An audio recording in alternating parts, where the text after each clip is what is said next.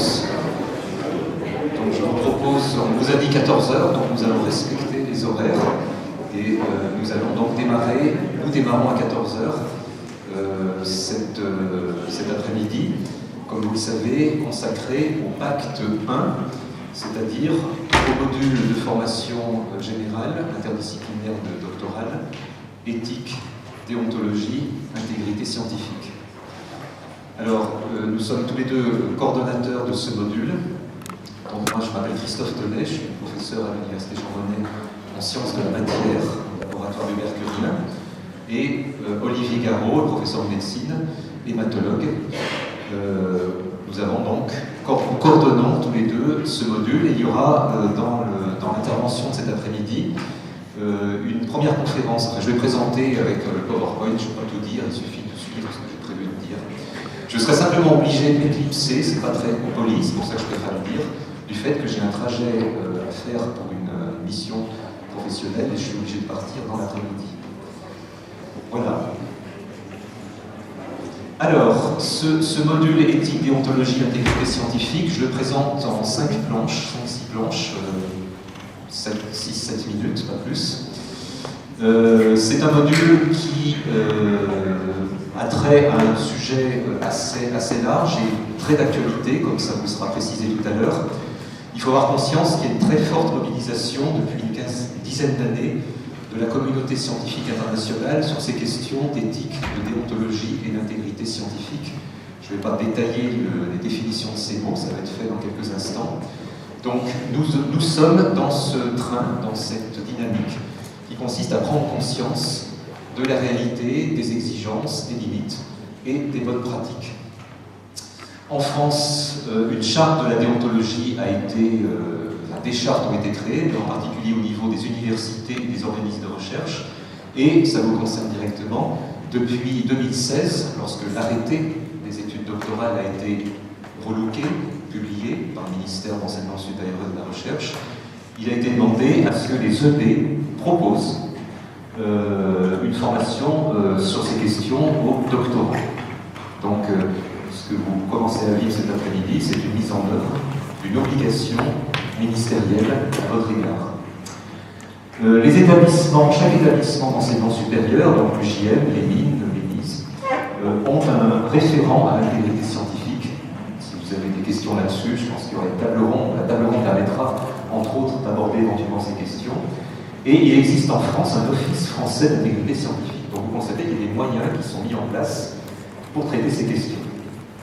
Alors, notre module Pacte 1 concerne les doctorants du site de Saint-Étienne, c'est-à-dire à peu près 500, mais vous n'êtes pas les 500 ici, parce qu'on concentre sur les Doc 1 à partir de cette année, par rapport aux quelques 5000 doctorants de l'UDL. L'UDL propose un module de même nom, pas tout à fait formaté de la même manière. De toute façon, notre module est construit en concertation avec celui de Lyon. Et cette année, nous avons donné priorité au Doc 1, laissant aux Doc 2+, qui n'ont pas suivi mon dernier module, la possibilité d'y participer. Ce module représente 15 heures de pacte. Cet après-midi compte pour 3 heures sur la base de l'émargement, et la seconde partie, dont je vais donner quelques indications, pour 12 heures. Alors, le premier module, c'est cet après-midi, intégralement cet après-midi. On profite de la journée de rentrée pour cumuler les déplacements en un seul déplacement, en fait, la journée. Nous aurons une conférence inaugurale par Philippe Forêt, qui est ici, qui est professeur à l'université en sciences de l'éducation et qui est philosophe de formation, et qui vous donnera les fondements, les briques élémentaires à connaître sur ces notions. Et ensuite, cette année, on inaugure une nouvelle formule, plus légère que celle de l'an passé, une table ronde qui sera animée par Olivier Garot, avec un certain nombre de collègues, je ne vais peut-être pas présenter ici, mais qu'Olivier présentera. Alors tous ne sont pas là, ça c'est un petit peu la ressource. Voilà, une table ronde avec autant d'intervenants, ça c'est un peu compliqué. Donc il y a quelques collègues de cette liste qui sont présents parmi nous, et je laisserai bien sûr Olivier Garot coordonner cette table ronde qui doit être un dialogue. Enfin, en général, ça se passe comme ça, même si au début c'est un peu froid. On n'ose pas trop poser de questions, en général, on a parfois du mal à s'arrêter, parce que l'intérêt vient en cours d'exposer. Le module 2, c'est un MOOC qui vous est proposé. Alors en fait, il existe deux MOOC sur le sujet. Un MOOC éthique dans la recherche, qui est coordonné par l'Université de Lyon, que vous avez tout à fait la liberté de faire, sauf qu'il est en train d'être fini. Et le MOOC plutôt sur l'intégrité scientifique, c'est le choix que nous avons fait sur la coordination doctorale de Saint-Étienne, qui a été mis en place il y a 2 ans, qui a été relooké un petit peu cette année, qui est également sur Fun Campus. Donc ce MOOC est accessible en créant votre compte directement sur Fun Campus, comme indiqué dans la description du pacte 1. Il y a une version française and also an English version, if you are a native speaker. L'objectif de ce MOOC, alors l'intérêt de ce MOOC, c'est qu'il est ouvert du 7 novembre 2018 au 6 novembre 2019. C'est-à-dire que vous avez une année complète, à votre rythme. Vous pouvez le faire en 3 semaines, vous pouvez le faire en 11 mois. Voilà. Alors en 3 semaines, c'est hyper dense. En 11 mois, je ne vous conseille pas, je l'expérimente, parce qu'on dilue trop les connexions entre les différents sujets abordés. Mais disons que ce qui est conseillé, c'est de cadencer par trimestre. Voilà, pourquoi pas le faire d'ici à janvier, ou d'ici à avril, d'ici à juin, d'ici à septembre. Voilà, c'est tout à fait raisonnable. Donc il s'agit de diffuser une culture de l'intégrité scientifique au sein des établissements, de sensibiliser aux différents enjeux associés à l'intégrité, de favoriser une démarche critique. Très rapidement dans la recherche, vous êtes confronté à des questions. Pour être simple, je donne simplement un exemple. Entre l'intégrité absolue vers laquelle on devrait tous tendre et puis les 3 grandes méconduites que sont l'invention des données, la falsification des données ou le plagiat, il y a ce qu'on appelle la zone grise au milieu. Il y a une valeur qui s'écarte, il y a une image un peu trop claire. Pour que ma publi passe, voilà. C'est la zone grise. Voilà, il y a beaucoup de choses à dire sur la zone grise et on est tous confrontés à cela. Vous informer sur les enjeux de l'intégrité scientifique, qu'est-ce que ça conditionne derrière par rapport à mon activité de recherche, à ma carrière, à mes publications, à mes relations avec les autres. Vous alerter sur les mécanismes, ce que je viens un petit peu de faire par l'exemple de la zone grise, qui peuvent pousser au manquement, et bien entendu, essayer de lutter contre les dérives, pesanteurs qui nous ramènent de plus en plus compte tenu de la compétition de la recherche, la compétition pour avoir des postes, pour publier. C'est extrêmement tendu, ces questions. Voilà, alors le MOOC est très bien fait, je trouve. Il a pas mal de succès. Il y a 4 modules qui se découpent en séquences. Et dans les séquences, vous avez une proposition de vidéos, pas plus de 5 minutes, des interviews entre un doctorant et un chercheur, des schémas, des rappels, des petits exercices pour simuler des situations. Et puis, à la fin de chaque module, vous avez un quiz. Et il faut obtenir 80% de bonnes réponses, mais vous avez un nombre de tentatives illimité. Hein, c'est tous les examens étaient comme ça. C'est génial.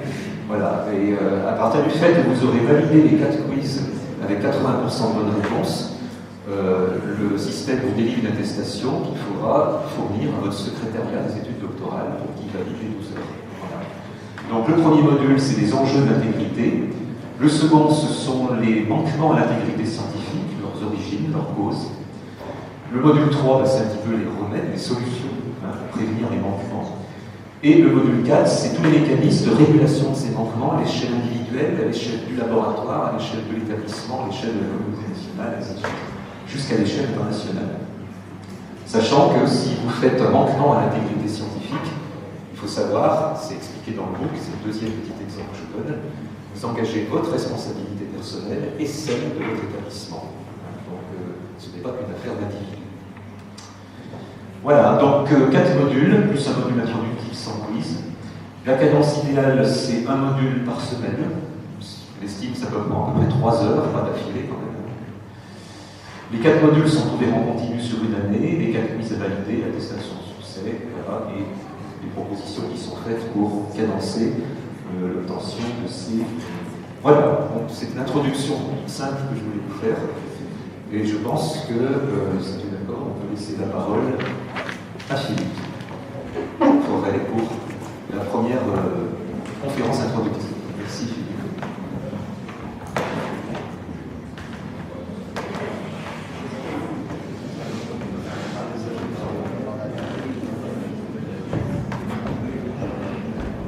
Juste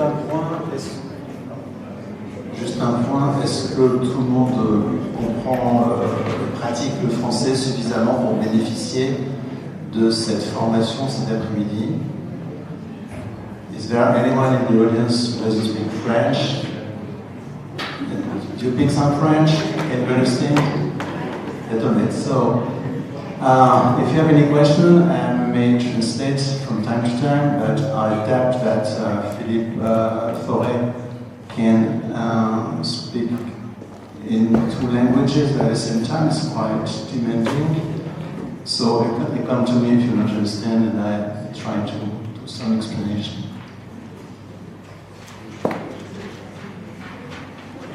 How many people don't speak French? 2, 3, 4, 5. Okay, so 6. So I'll try to do something.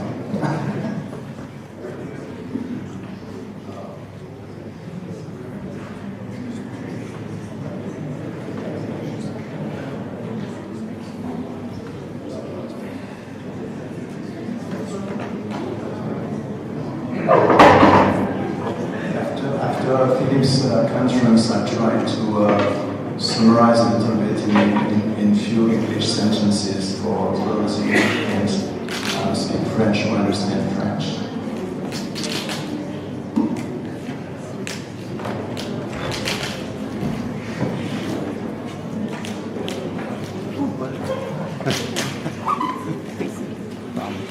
Bien, bonjour à tout le monde. Alors, je suis donc Philippe Fauré, je suis professeur ici à l'université Jean Monnet. J'interviens non pas tant en tant que professeur en sciences de l'éducation que plutôt en tant qu'ayant une formation de philosophe. Je remercie beaucoup Christophe Donnet et Olivier Garot pour l'invitation à faire cette conférence qui doit donc durer à peu près 45 minutes. Et j'en profite pour dire que si vous sentez que c'est trop long, il faut m'envoyer des signaux. De la même façon, j'essaierai d'être attentif aux signaux de l'Assemblée pour ajuster éventuellement mon temps de parole. Voilà, mon propos, c'est d'intervenir sur ces termes, morale, éthique, déontologie, de vous proposer des définitions qui montrent à la fois les liens entre ces termes et aussi les différences, et puis qui permettent également de comprendre la place de la réflexion morale, la place de la réflexion éthique dans la recherche. De ce point de vue-là, donc, c'est un exposé philosophique que je vous propose, d'une part parce que je serais bien incapable de faire quoi que ce soit d'autre, je crois, mais d'autre part parce que la philosophie n'est pas forcément la discipline la plus mal placée pour traiter ce genre de questions.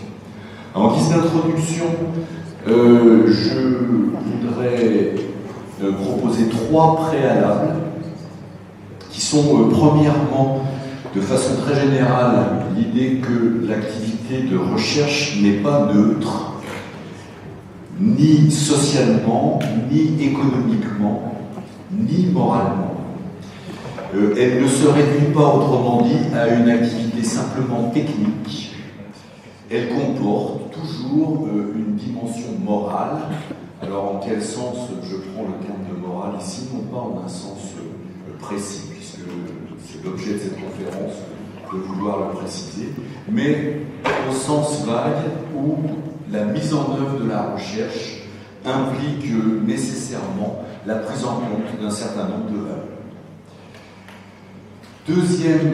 Deuxième préalable, dans un certain nombre de cas, il suffit sans doute d'avoir ce que j'appellerais des convictions morales ordinaires. Alors on pourrait certainement discuter sur la pertinence de cette signification, conviction morale ordinaire, mais je ne vais pas le faire ici. J'entends par là le respect de la personne humaine, le respect des procédures requises pour rester rigoureux du point de vue scientifique, etc. Mais dans d'autres cas, le fait d'avoir ces convictions ordinaires ne suffit pas. Une réflexion est aussi nécessaire. Alors pourquoi est-ce il faut parfois ajouter la réflexion aux convictions, c'est parce qu'il y a des cas qui ne sont pas rares, et dont on va parler cet après-midi, dans lesquels la voie à suivre n'est pas nécessairement claire. Il y a des situations dans lesquelles il faut choisir entre des possibilités ou entre des priorités concurrentes qui ont toutes des bonnes raisons à faire valoir. J'introduirai plus loin la notion de dilemme dans cette conférence, et je dis tout de suite donc que l'activité de recherche peut confronter le chercheur à des dilemmes moraux ou des dilemmes éthiques. C'est ce qui explique la nécessité d'une réflexion. Et puis, troisième préalable, si cette réflexion est nécessaire, c'est souvent en vertu de ce que j'appelle ici sur la diapositive le pluralisme moral contemporain. Pluralisme moral contemporain, ça veut dire que souvent dans une société comme la nôtre, et je précise que je me contenterai de parler des sociétés comme les nôtres, sociétés occidentales, démocratiques, j'y reviendrai, dans ce type de société, plusieurs systèmes de conviction morale peuvent se trouver en concurrence pour déterminer nos actions. On n'a pas un seul système, mais plusieurs. Je m'appuierai ici sur un philosophe qui est Paul Ricoeur, qui est un philosophe français qui s'est inscrit dans le XXe siècle. Il est né dans les années 1920 et décédé au début des années 2000. Je vous propose cette citation. « Nous ne vivons plus dans un consensus global de valeurs qui serait comme des étoiles fixes. C'est là un aspect de la modernité et un point de non-retour. Nous évoluons dans une société pluraliste, religieusement, politiquement, moralement et philosophiquement. » Voilà l'idée du pluralisme moral contemporain. Pour Ricoeur, il est important d'entrer dans cet univers problématique, non pas en cherchant des convictions toutes faites, mais en apprenant à s'orienter dans des situations conflictuelles. Voilà donc l'idée, la troisième idée qui préside, qui permet de justifier, l'intérêt d'une réflexion dans le domaine de la morale, dans le domaine de l'éthique, et en particulier dans le domaine de la morale et de l'éthique appliquée à la recherche scientifique. Alors pour étayer mon exposé, et en particulier pour présenter ce pluralisme moral, je m'appuie sur un philosophe contemporain qui s'appelle Charles Taylor. Vous avez le nom sur la reproduction de l'ouvrage à droite de la diapositive. Charles Taylor est né en 1931, c'est un philosophe canadien, et il est en particulier l'auteur d'un ouvrage qui s'intitule Source of the Self, dans lequel il expose ce pluralisme moral. Donc je m'appuie sur ce livre pour vous faire dans une première partie une esquisse, pour vous présenter une esquisse de ces grandes familles morales auxquelles nous pouvons nous référer quand nous sommes dans des situations de décision morale et aussi des situations d'incertitude ou encore des situations de conflit. Je vais faire un exposé qui sera inévitablement résumé, loin d'être complet. Vous pourrez peut-être me faire des reproches de ce point de vue-là, et vous aurez sans doute raison de le faire. Je parlerai dans un premier moment du rationalisme comme étant la philosophie morale ou l'orientation morale dominante, et notamment dans le domaine de la recherche scientifique. Dans un deuxième moment, je rappellerai l'importance des sources religieuses de l'action morale, et puis je finirai dans un troisième moment, plus bref, par parler du naturalisme. À l'issue de cet exposé, de ce pluralisme moral contemporain, je me permettrai quelques remarques pour préciser le sens et de façon différentielle des termes de morale et d'éthique. Alors je vais commencer avec le rationalisme en faisant l'hypothèse que c'est la philosophie morale qui vous est le plus connue et le plus familière, puisque vous êtes ici en première année de doctorat. Je suppose que dans le domaine de la recherche scientifique, le rationalisme est la conception de nous. Qu'est-ce qui caractérise cette conception? Le terme de rationalisme est un terme qui est difficile à définir, on pourrait y consacrer une, voire plusieurs thèses, et donc je ne vais pas le faire ici. Je me contente de 3 séries d'indications qui déclinent de manière peut-être pas très rigoureuse, mais j'espère claire, les termes de rationalité, de rationalisation et de raison. Dans un premier moment, je proposerais de dire qu'une des caractéristiques du rationalisme, la première, c'est dans le domaine de la connaissance, l'idée de rationalité. Cette idée désigne un mode de production des connaissances qui est fondé sur le calcul, fondé sur l'expérimentation, qui est fondé sur l'appui sur des sources ou sur des données disponibles. Mode de production qui est donc caractéristique de la connaissance scientifique. La recherche est évidemment le facteur principal du développement des connaissances scientifiques. On va parler ici à bon droit du progrès des connaissances. Vous savez peut-être que la notion de progrès, à la fin du XXe siècle, est devenue une notion assez problématique, mais dans le domaine de la connaissance, dans le domaine de la technique et de la technologie, on peut certainement utiliser cette notion. Il y a un progrès des connaissances et des capacités d'action humaine et technique, et c'est d'ailleurs ce progrès qui justifie, dans un très grand nombre de cas, la réflexion éthique. Le progrès de nos capacités d'action sur l'humain en particulier justifie la réflexion éthique. Une deuxième caractéristique du rationalisme, je la présenterai plus brièvement, elle concerne plutôt l'organisation sociale et politique, et c'est la raison pour laquelle j'utiliserai le terme de rationalisation ici, en entendant par là la recherche d'une plus grande cohérence de l'action et aussi d'une plus grande efficacité de l'action. Il y a longtemps, le sociologue Max Weber avait indiqué que dans les sociétés occidentales, dans les sociétés modernes, démocratiques, on a 2 grands domaines de rationalisation de la vie sociale, qui sont premièrement le domaine économique, sous la forme du capitalisme, et deuxièmement, le domaine politique, et notamment le domaine de l'administration de la vie sociale, sous la forme de la bureaucratie. On connaît tous les avantages et les inconvénients de ces formes de rationalisation.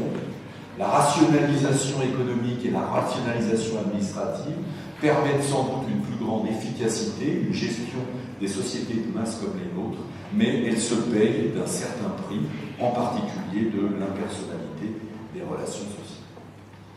Et puis, troisième série, pour décliner cette notion de rationalisme, le concept de raison, qui sera là plutôt saisi du point de vue moral.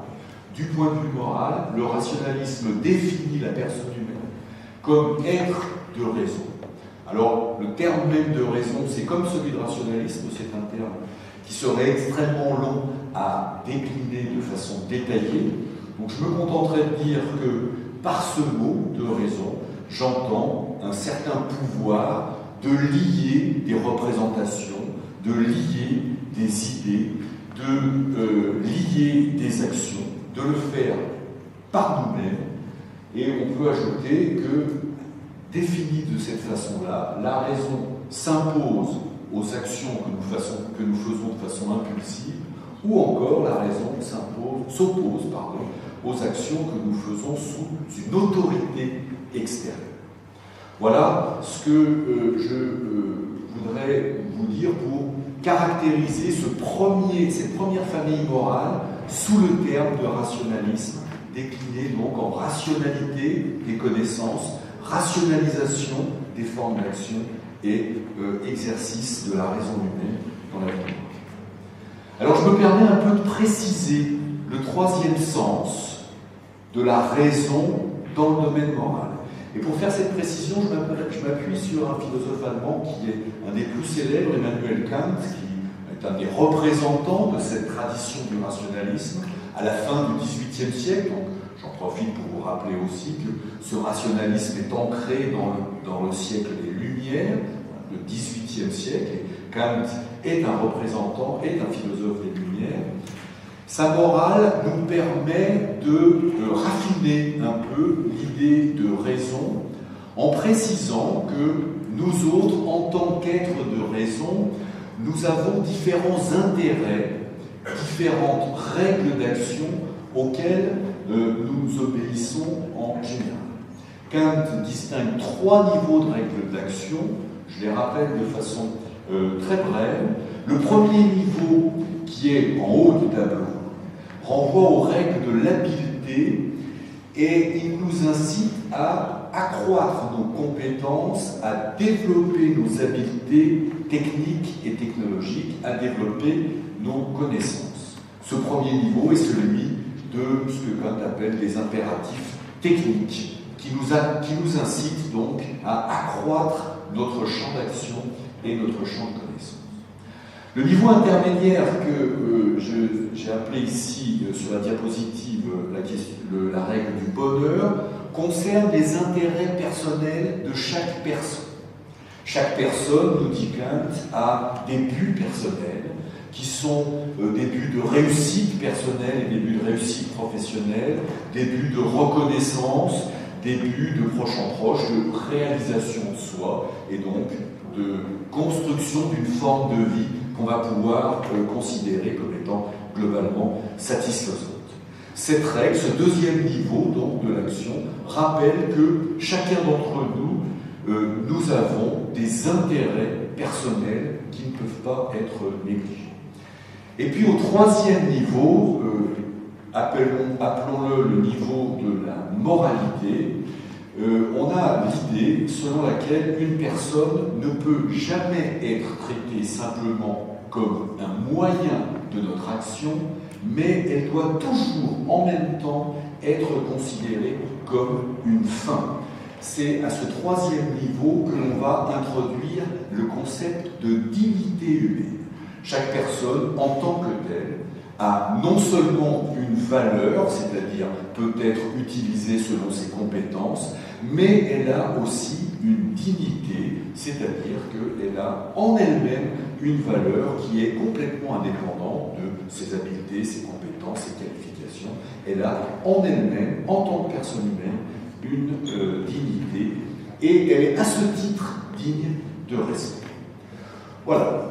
Premier niveau, celui de l'habileté qui nous incline à accroître nos capacités d'action.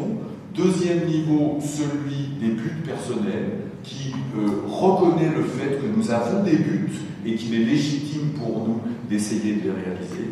Et troisième niveau, celui de la vie morale dans les relations avec autrui qui rappelle à chaque personne la nécessité de considérer tout autre comme un être digne de respect. Le point peut-être le plus important dans cette distinction, c'est la hiérarchie entre ces 3 niveaux. Pour Kant, il est évident que le troisième, le niveau de la moralité, est supérieur aux 2 autres. Le respect de la dignité humaine est pour Kant une exigence morale qui ne souffre aucune exception. Je reviendrai sur ce point dans un moment ultérieur de cette conférence. Mais d'abord, je voudrais, de cet exposé de la raison, de ces précisions apportées sur la notion de raison, je voudrais tirer 3 séries de conséquences, rapidement là aussi. La première concerne les droits fondamentaux de la personne humaine. Il y a un lien assez direct, que j'espère que vous allez pouvoir bien saisir, entre le concept de la dignité humaine d'un côté et les droits fondamentaux. L'idée que toute personne humaine est en tant que telle titulaire de droits. Contemporaine de Kant se trouvent les déclarations de l'homme et du citoyen qui ont été édictées d'abord aux États-Unis et puis ensuite en 1789 en France et qui énumèrent un certain nombre de ces droits fondamentaux. Le droit à la liberté d'expression, la liberté religieuse, la liberté d'entreprendre, la libre disposition de son corps, etc. etc. Première conséquence, donc, du point de vue moral, sa traduction juridique, l'idée de dignité humaine, se traduit juridiquement par la notion de droits fondamentaux. Deuxième conséquence, dans le prolongement de cette idée des droits fondamentaux, on a l'idée politique de la démocratie, que je vais là encore exposer de façon très brève. Je voudrais rappeler un premier point qui est que, contrairement à ce que nous dit l'étymologie, et comme vous le savez, la démocratie, ça n'est pas le pouvoir du peuple. Nous savons tous par expérience que, en dehors de certaines périodes électorales, nous sommes dépossédés du pouvoir, et que donc il y a dans les démocraties contemporaines un fort élément aristocratique. La démocratie, c'est le pouvoir des élites politiques et économiques sous le contrôle périodique du peuple. Donc, je ne m'arrête pas sur cet élément. Ce qui m'importe plus, c'est l'idée que les sociétés démocratiques sont des sociétés qui garantissent les droits fondamentaux des personnes, premier point, et deuxièmement, qui limitent les abus de pouvoir ou qui font le plus d'efforts possible pour limiter les abus de pouvoir avec deux moyens à leur disposition. Premièrement, des pratiques d'un certain nombre de contre-pouvoirs, comme l'existence d'une opposition légale, la liberté de la presse, l'indépendance de la justice, etc. Et puis aussi, et c'est là que ça va me ramener un peu plus près de la question de la recherche, les démocraties limitent les abus de pouvoir au moyen de procédures publiques et explicites. Un régime démocratique est un régime qui s'efforce de rendre le plus explicite et le plus transparent les procédures de prise de décision, les procédures d'affectation des moyens, les procédures d'accès aux postes de responsabilité, etc., etc.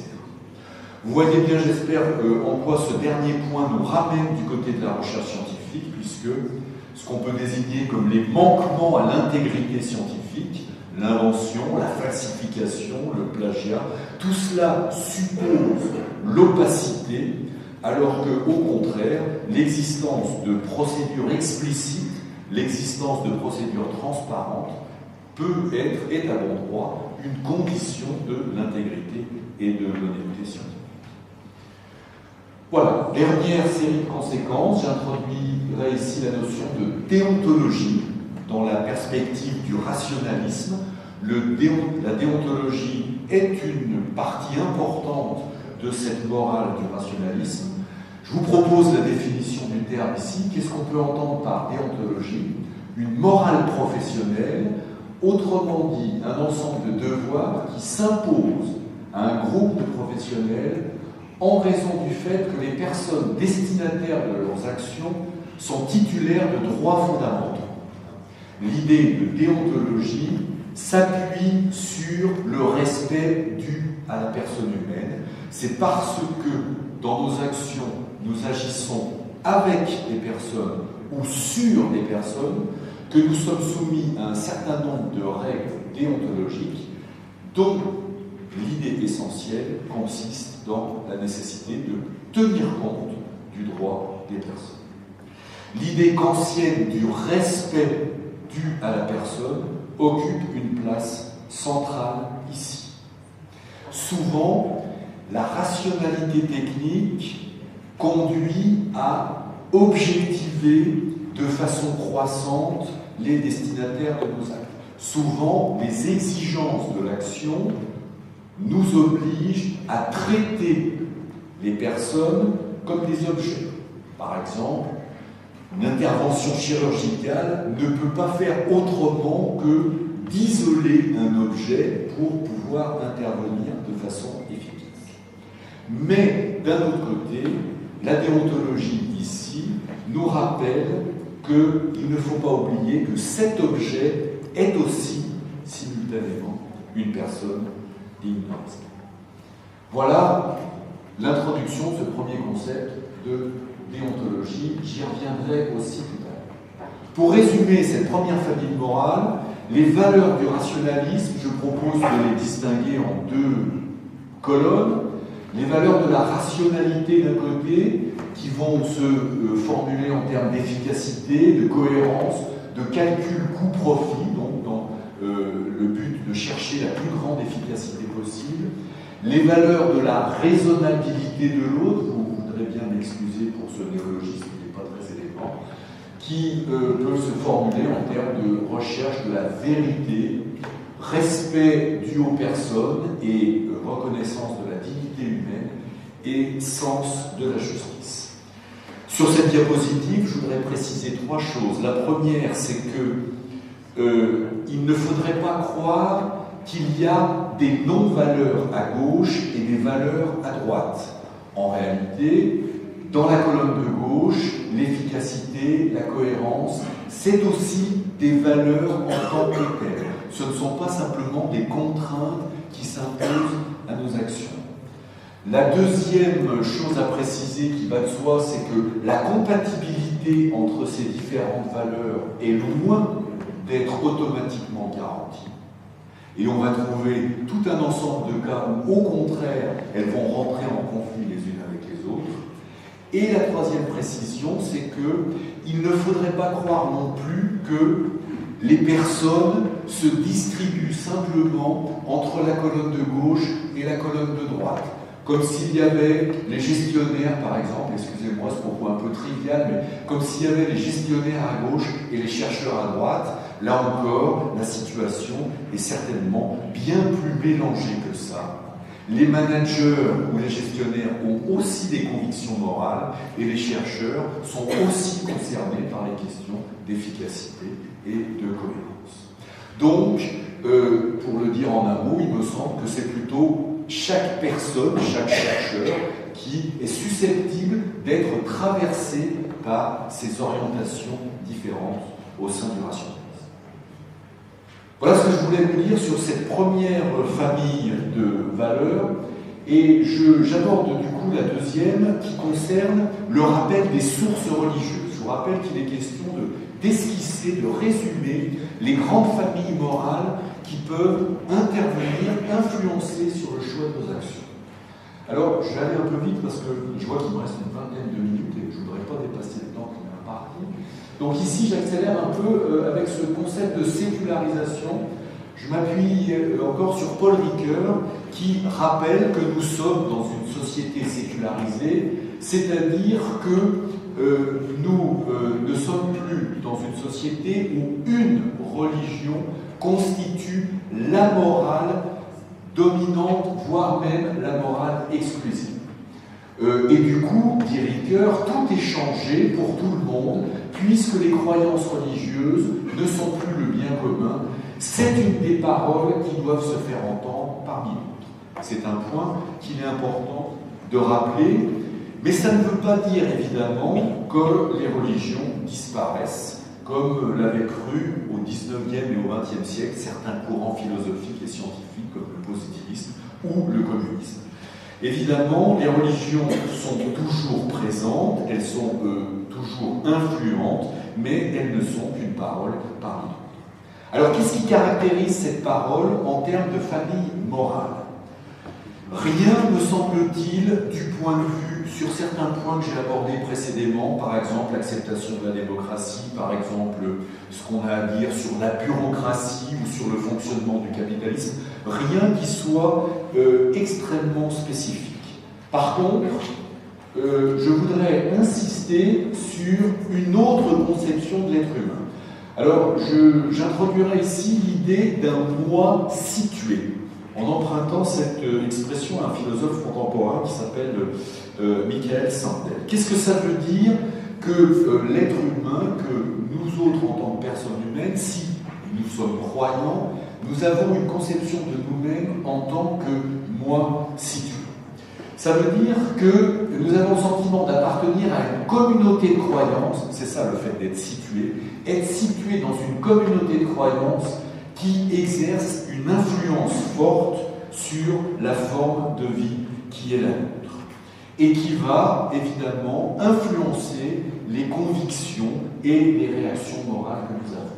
Par exemple, on va être conduit à désapprouver la liberté d'offenser qui peut s'exprimer sous le titre de la liberté d'expression dans les sociétés démocratiques.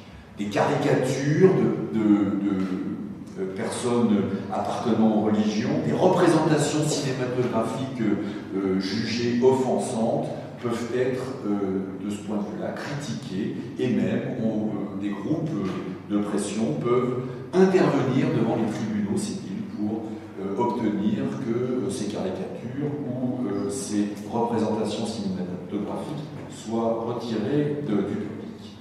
Autre exemple, des convictions religieuses peuvent conduire à des oppositions à ce qui contredit certaines valeurs, par exemple le mariage entre des personnes homosexuelles, l'adoption d'enfants par des couples homosexuels, l'interruption volontaire de grossesse, etc., etc. Je n'insiste pas sur ces exemples qui sont très connus, mais qui rappellent donc que ici, la conception religieuse se propose de ne pas accepter comme argent comptant tout progrès dans la formulation des connaissances et dans l'extension de nos capacités. Du point de vue du savoir, il ne s'agit pas de dire que cette famille morale refuserait la science, ça serait tout à fait faux de dire une chose pareille. Je le précise parce que au XIXe siècle, c'était encore le cas, la connaissance scientifique n'était pas vue d'un très bon œil par l'Église catholique. Aujourd'hui, c'est terminé, mais on parlera simplement au moins d'une vigilance critique par rapport à l'accroissement potentiellement illimité des capacités de nos actions techniques, par exemple, des capacités de modification de la nature. Bref, par rapport au rationalisme que j'ai exposé précédemment, on a ici l'idée que des valeurs plus hautes que celles de la raison et de la rationalité peuvent être invoquées.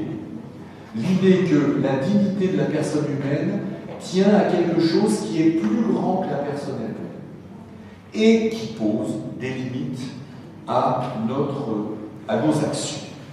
Pas nécessairement à notre savoir, mais en tout cas à nos actions.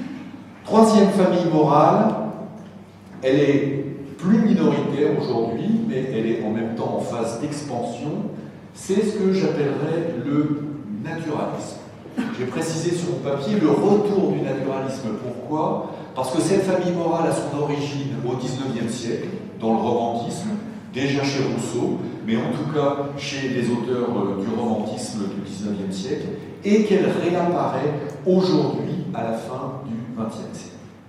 Son idée centrale est que la spécificité de l'humain tient à son appartenance à une nature, d'où le terme de naturalisme, au sens, une nature qui est prise au sens d'un cosmos, c'est-à-dire d'une totalité ordonnée, d'une totalité organisée, une nature qui nous dépasse et dont nous ne sommes que de simples parties.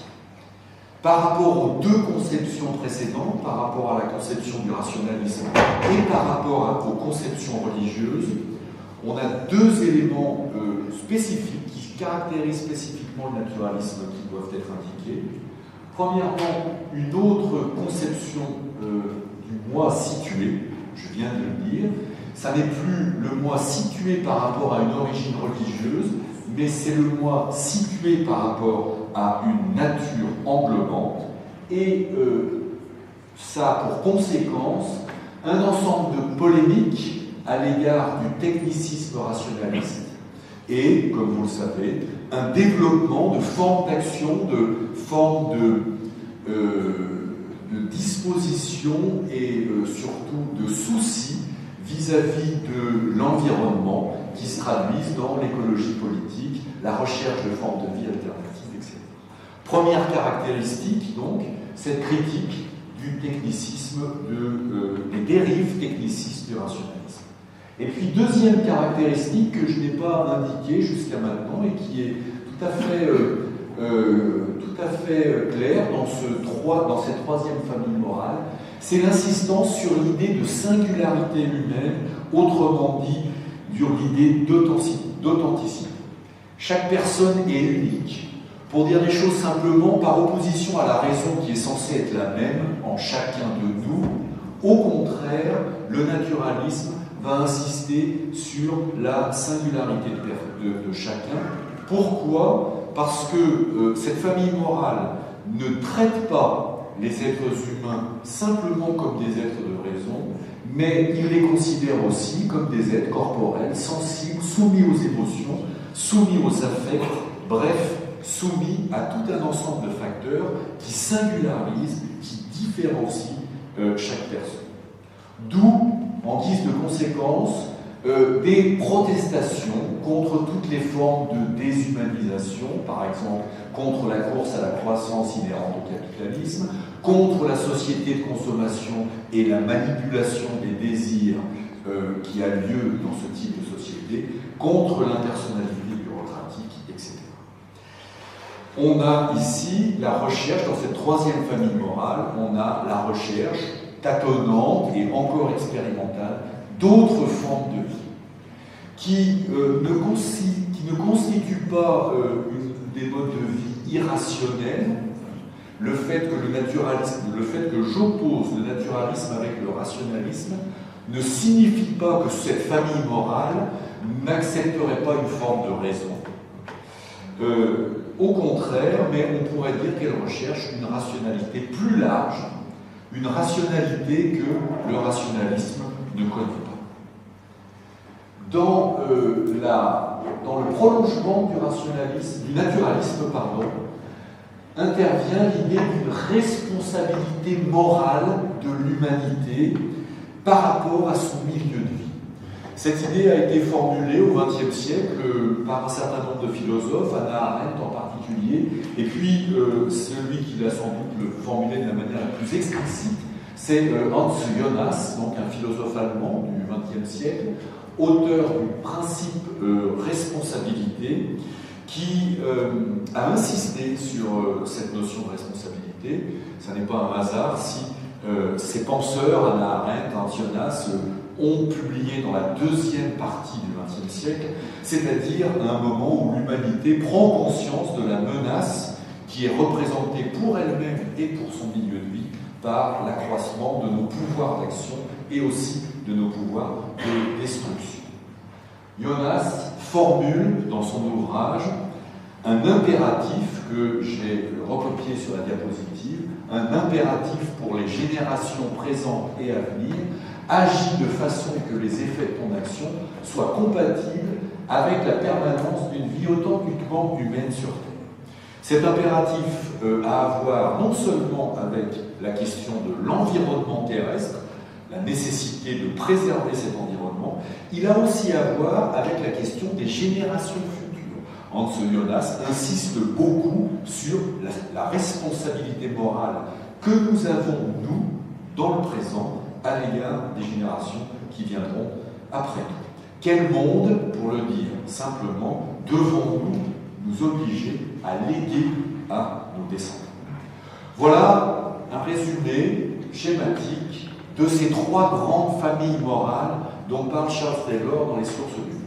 Le rationalisme scientifique, les sources religieuses persistantes et le naturalisme sous la forme de l'écologie et des soucis vis-à-vis de l'environnement. C'est ce pluralisme qui suggère que notre vie morale n'est pas un long fleuve tranquille, pour le dire simplement, mais au contraire est tissé de conflits et de contradictions. Et donc c'est la raison pour laquelle je vais terminer cet exposé en réintroduisant ces deux termes de morale et d'éthique, et surtout en introduisant ici le terme d'éthique.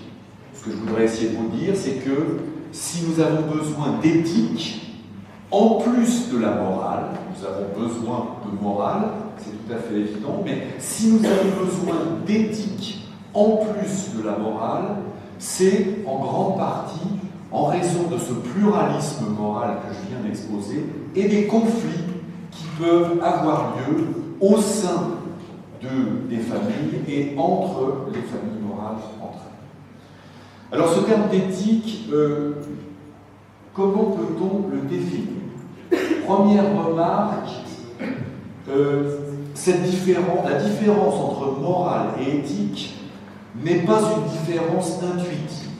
Par exemple, l'étymologie ne nous aide pas à distinguer les deux termes. Éthique vient du grec, ethos, morale vient du latin, os moris, et dans les deux cas, les deux termes désignent un certain état des mœurs qui impose une certaine dimension normative à nos actes, un certain état des mœurs qui influence nos formes de vie.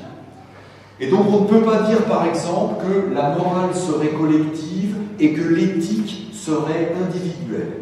Il est insuffisant de distinguer les termes comme ça. Le comité d'éthique, par exemple, a vocation à se prononcer sur des problèmes de société et non pas simplement sur des questions de choix individuels. Donc, la distinction n'est pas celle-là, elle n'est pas la distinction entre collectif et individuel, elle n'est pas plus intuitive que ça. Alors du coup, subjectivement, je propose pour ma part de fixer le sens des termes de la façon suivante. J'entendrai par morale des convictions, donc le terme de conviction est important ici, je l'ai utilisé en introduction, et des règles d'action que l'on peut formuler de façon explicite. Et à la différence de la morale, je propose d'entendre par éthique un processus de réflexion, donc permettez-moi de souligner le terme de réflexion, qui est mis en œuvre dans des situations de conflit de la vie morale. Du côté de la morale, nous avons des convictions que nous mettons en œuvre dans nos actions. Du côté de l'éthique, nous sommes dans des situations d'incertitude, des situations de conflit intérieur ou social, et nous devons conduire un processus de réflexion pour agir. C'est donc ici que j'introduirai la notion de dilemme. Le terme de dilemme désigne un conflit dans lequel chaque possibilité a de bonnes raisons à faire valoir. Un dilemme, pour expliquer l'illustration de la diapositive, ça n'est pas choisir entre noir et blanc. En principe, on n'est pas dans une situation de dilemme ici. C'est choisir entre gris et gris. C'est choisir quand chaque situation quand chaque possibilité a de bonnes raisons à faire valoir. Un exemple littéraire de dilemme est emprunté à la littérature classique. C'est la situation d'Antigone. À Thèbes, le roi Créon a interdit d'enterrer Polynice conformément au rite funéraire. Antigone, la sœur de Polynice, doit-elle braver l'interdit royal pour se conformer aux traditions religieuses ou doit-elle obéir à la loi et abandonner la dépouille de son fils? Le dilemme est donc entre la religion d'un côté et la citoyenneté de l'autre, la famille d'un côté et la loi commune de l'autre. À partir de l'exposé que je vous ai fait, on peut formuler, imaginer plusieurs cas de dilemme possibles, et notamment dans l'activité de la recherche. Au sein du rationalisme lui-même, par exemple, des conflits entre différents intérêts de la raison.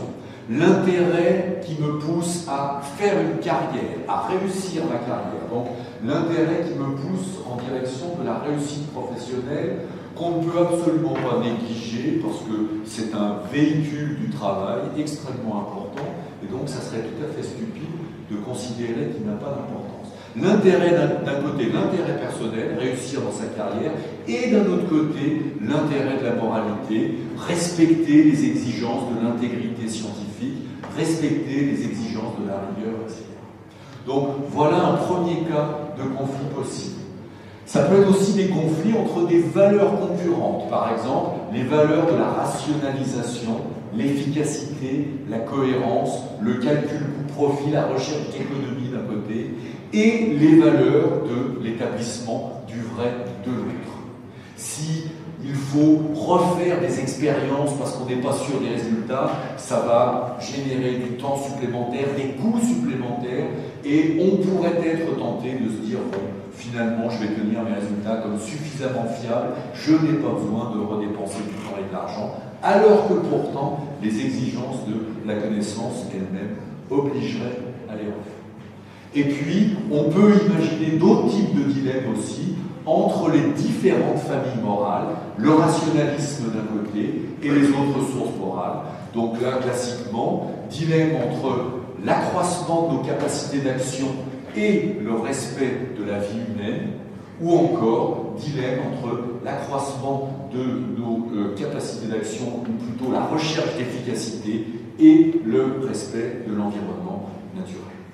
Voilà donc d'où vient, si je peux dire, cette notion de dilemme, une explication de la nécessité d'une réflexion éthique.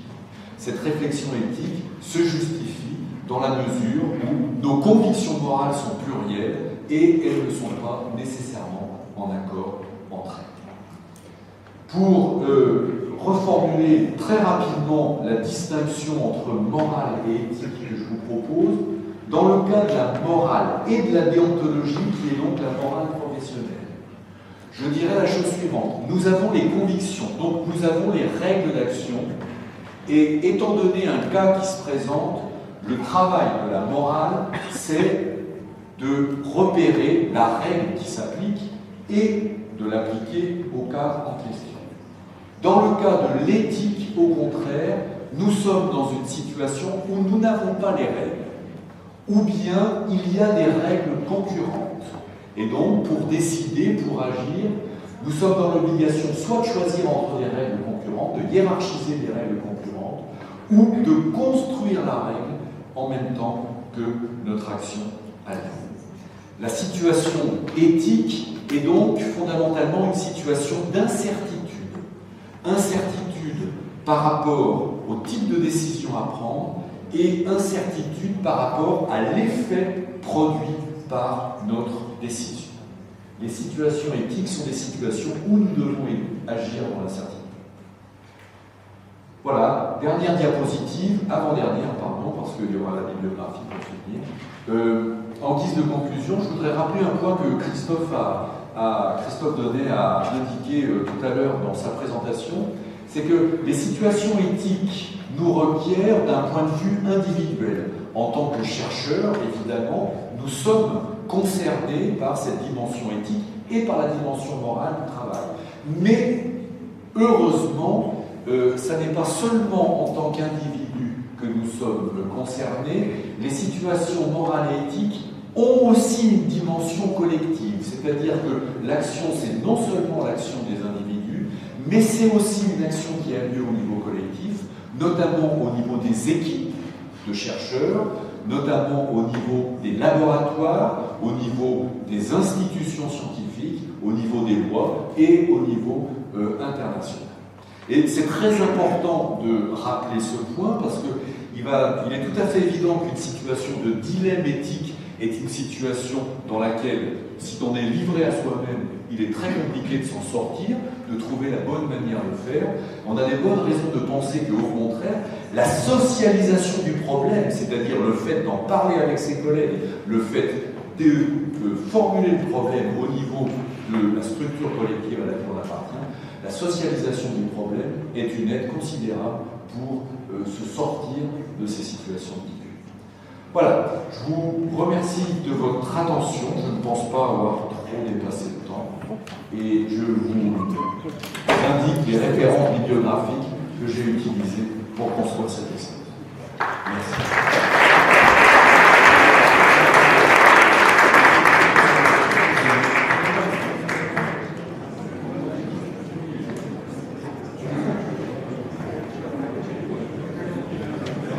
Merci infiniment Philippe pour cette superbe conférence. For those of you who couldn't understand French, I took notes and I tried to make a summary of what I heard. So in his preamble, Philippe Fauré talked introduce the concept that research is not neutral. Conviction is necessary in addition to thinking. There are dilemmas, especially in research, which are either moral or ethical. Contemporary moral pluralism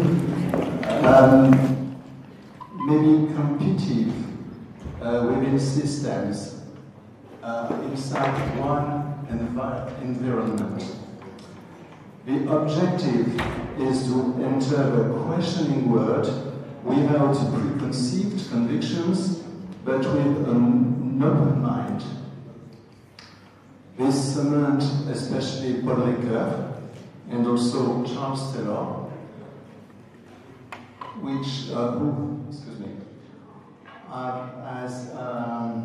especially Charles Taylor, who has conceived sources of moralism.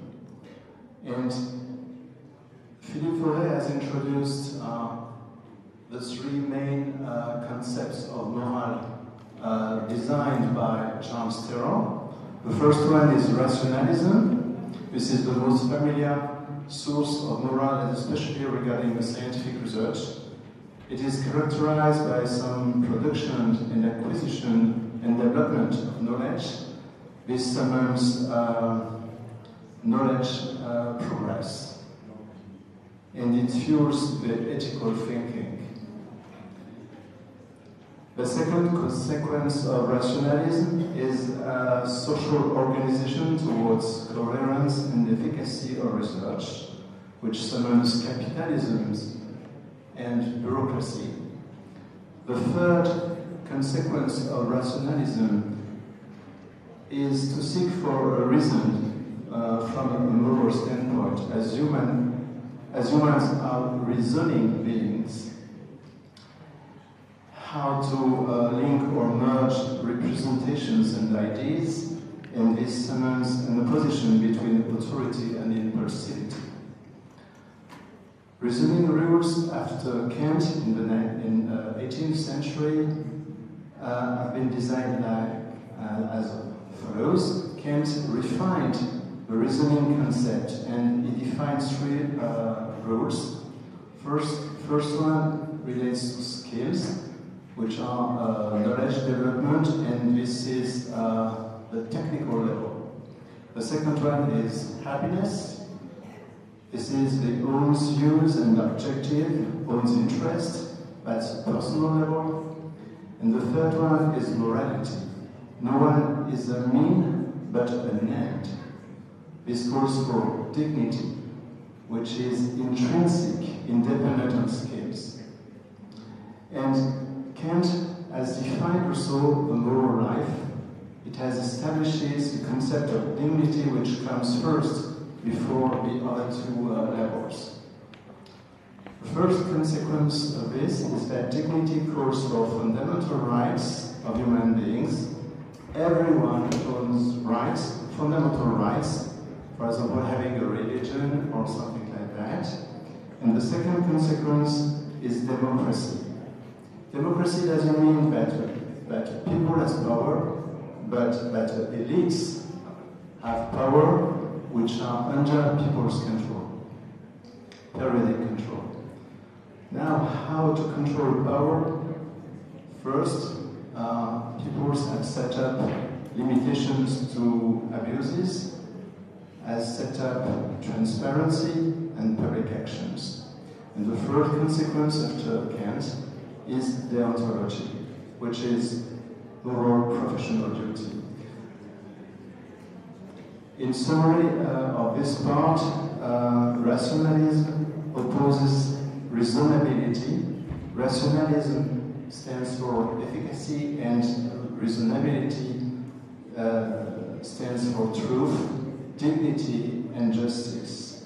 But both are values, however, but sometimes they oppose or conflict because everyone is crossed by both.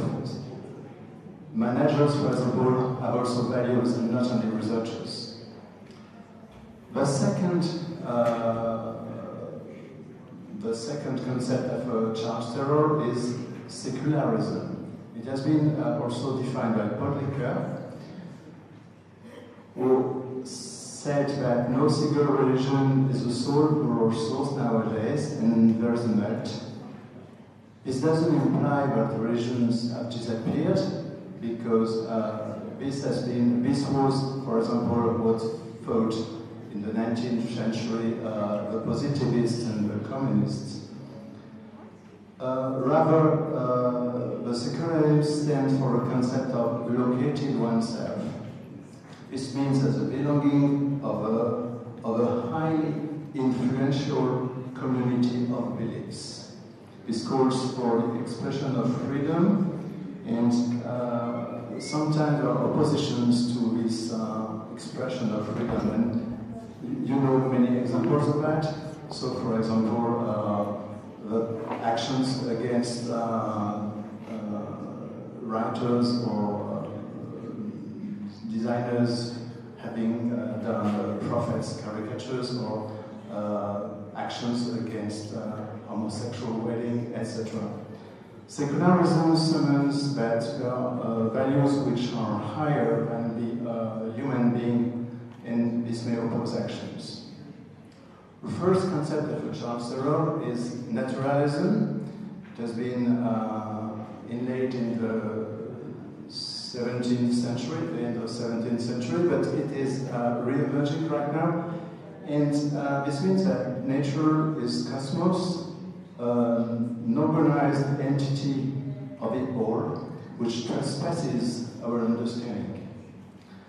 At least two characteristics. First, it displays the oneself, the located oneself, excuse me, which is no longer religious but technical, and it's called for political ecology.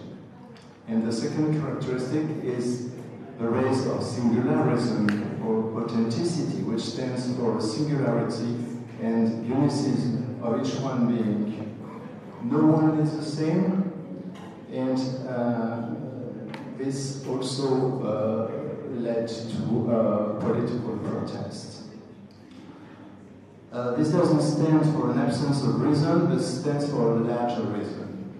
Moral responsibility towards the living environment has been conceived in the second part of the 20th century after Hannah Arendt and Hans Jonas, but it is for now and also for the next generations. So those three concepts after Charles Taylor's sourced moral. Moral is not quiet, but always source dilemmas. Ethics adds to moral because of moral pluralism and because there are conflicts in between the different moral families. Ethics, the etymology doesn't help much. If we go to the Greek or the Latin roots, no one speaks for either collective or individual meaning.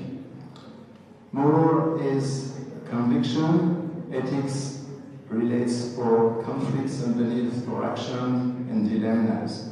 But nothing is black and white, it's gray and gray. Philippe Fauré gave the example of Antigone. And he also introduced the notion of dilemmas in research, but I won't develop that much now because we are going to talk about that. So I think I picked the essence of what Philippe has said, and we are happy to take questions if you have.